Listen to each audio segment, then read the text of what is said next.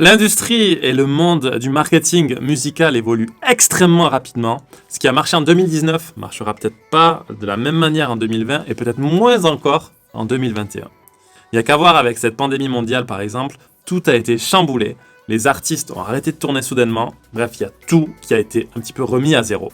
Donc c'est pour ça que je pense qu'il faut vivre avec son temps et constamment évoluer dans son approche de marketing musical. Alors en 2021, il y a déjà eu plein de changements. On a maintenant par exemple un player Spotify sur Facebook. Vous pouvez aussi mettre vos propres canevas sur Spotify. La mise à jour iOS 14.5 a tout changé sur les campagnes de Facebook Ads. Donc trouver des moyens de se connecter à son public, ça demande pas mal d'efforts, de remise en question et aussi souvent une bonne dose de créativité. Donc voici 8 stratégies de marketing musical qui marchent et que vous devez essayer en 2021.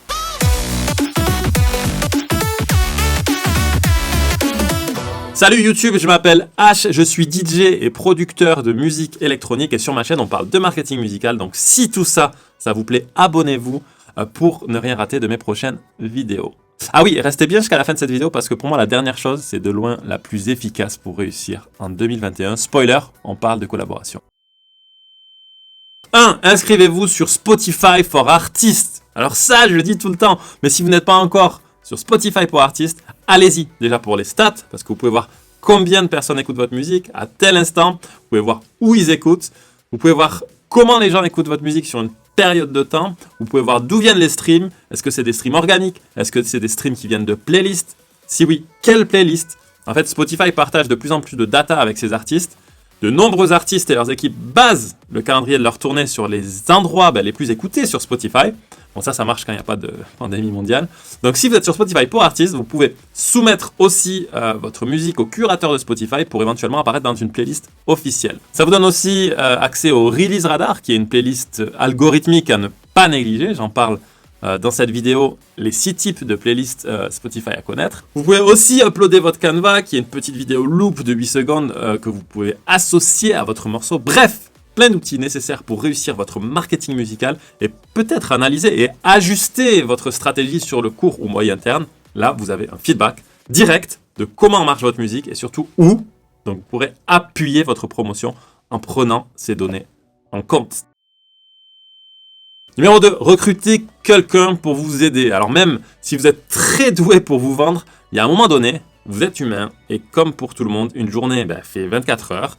Donc si vous commencez à prendre un petit peu d'ampleur, il va falloir commencer à vous libérer du temps pour éventuellement vous focus un peu plus sur votre musique.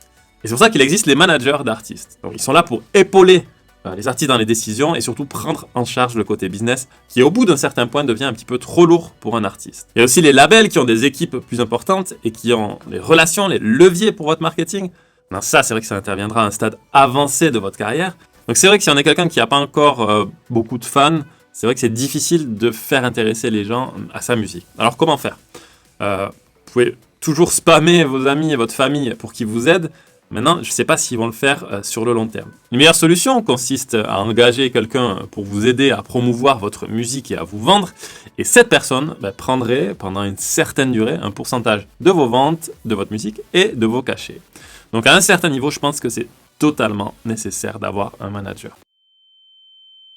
Numéro 3, envoyez vos tracks à des curateurs. Donc comme je l'ai dit avant, inscrivez-vous sur Spotify pour artistes. Ça vous débloquera la soumission de votre nouveau track au curateur. Quand je dis track, ça veut dire morceau. Pour de meilleurs résultats, envoyez votre morceau au moins un mois avant sa sortie. Et pour ce faire, vous allez dans votre interface, vous cliquez sur Upcoming et à partir de là, vous pouvez soumettre votre musique au curateur. La question c'est comment faire et quoi écrire surtout dans votre pitch. Vous avez de la chance parce que j'ai fait une vidéo à ce sujet qui s'appelle Comment pitcher un morceau pour être dans une playlist Spotify et je vous mets le lien en description. En 2 mots, dans votre pitch, il va falloir être super clair, super direct et super concis. Donc autre chose qui marche et qui marche très bien pour les playlists de curateurs indépendants cette fois-ci, c'est submeetup.com. On en parlera très certainement un jour plus en détail, mais c'est un service qui vous permet pour une somme allant de 1 à 3 $ d'envoyer vos morceaux à des curateurs Spotify indépendants pour qu'ils l'écoutent, vous fassent un feedback et éventuellement l'ajoutent à leur playlist. 3 avantages de Submeetup, déjà c'est pas cher, pour 20 $, vous pouvez avoir plus de résultats que les mecs qui vous facturent 200 $ pour apparaître dans des fausses playlists qui génèrent des faux streams. 2, ça vous permet de créer des relations avec des gens de l'industrie. Et 3, dans le pire des cas, même si ils ne vous playlistent pas, vous aurez toujours un feedback sur votre musique. Et ça fait toujours plaisir. Numéro 4, planifiez beaucoup plus. Si vous comptez sortir beaucoup de morceaux cette année, je vous recommanderais d'étaler votre stratégie. Comme je disais, il faut environ 2 à 4 semaines pour que Spotify découvre votre chanson et la prenne en compte pour le placement dans des playlists. Donc, plus vous planifiez, plus vous aurez de succès. Il y a les blogueurs aussi qui mettent également de plus en plus de temps pour prendre en compte les sorties. Je vous rappelle qu'il y a entre 40 et 60 000 morceaux par jour sur Spotify. Donc, c'est vraiment une offre qui est supérieure à la demande. Donc je pense qu'une chanson par mois, c'est le maximum que vous devriez faire en la planifiant par exemple un mois à l'avance.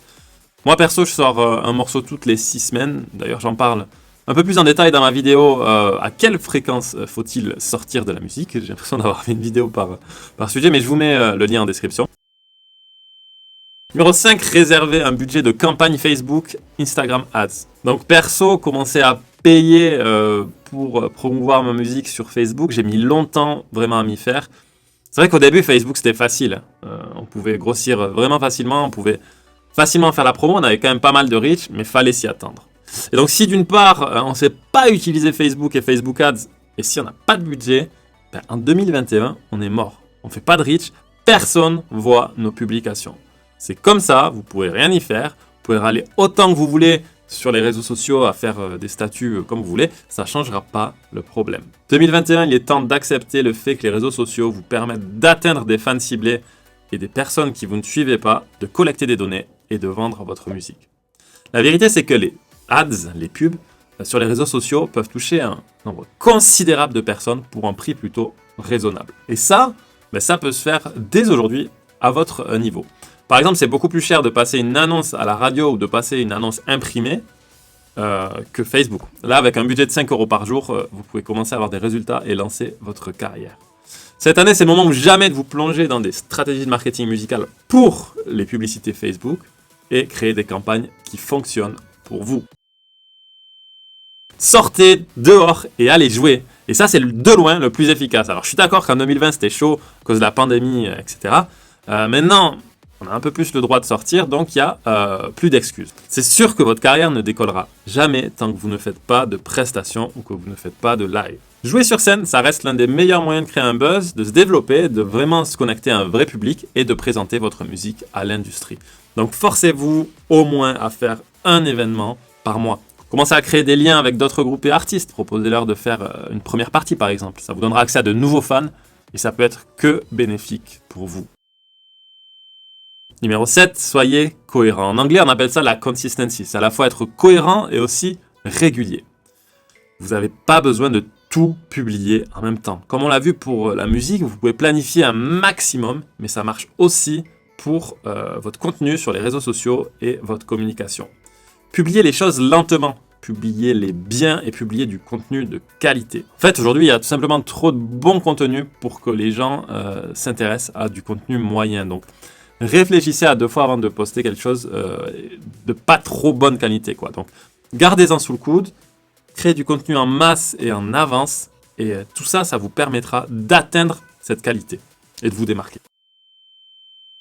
Collaborer, alors collaborer avec des marques, mais surtout collaborer avec d'autres artistes. Aujourd'hui, grâce à Internet, vous avez l'occasion unique d'accéder à un grand nombre de fans qui, dans l'ancien temps, n'auraient jamais entendu parler de vous.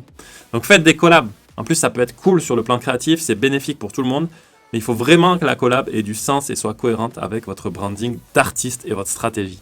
En fait, l'idée, c'est de faire croiser vos fans avec ceux de l'autre artiste et vice-versa. Si vous faites ça, assurez-vous de faire quelque chose de bien, répartissez bien votre budget de marketing musical et soutenez-vous mutuellement. Vous devez être sincère et enthousiaste à l'idée de donner un coup de pouce à l'autre artiste et vice-versa. Et si tout se passe bien, vous aurez créé un nouveau contenu sympa et gagné tous les deux de nouveaux fans. Conclusion, le meilleur conseil que je peux vous donner, c'est de constamment évoluer, de constamment vous adapter. C'est exactement comme ça que le marketing musical marche. Parce que quand il y a un mec qui trouve un filon qui marche, après tout le monde l'utilise et après ce filon il marche plus. Pourquoi? Parce que en musique, en fait, l'offre sera toujours beaucoup plus grosse que la demande et surtout depuis l'ère du digital. Donc comment rester à la page? La solution numéro 1, et c'est la plus facile, c'est de vous abonner à ma chaîne pour ne pas rater mes prochaines vidéos parce que toutes les semaines, je donne plein de conseils gratuits. Je partage mes expériences de marketing musical.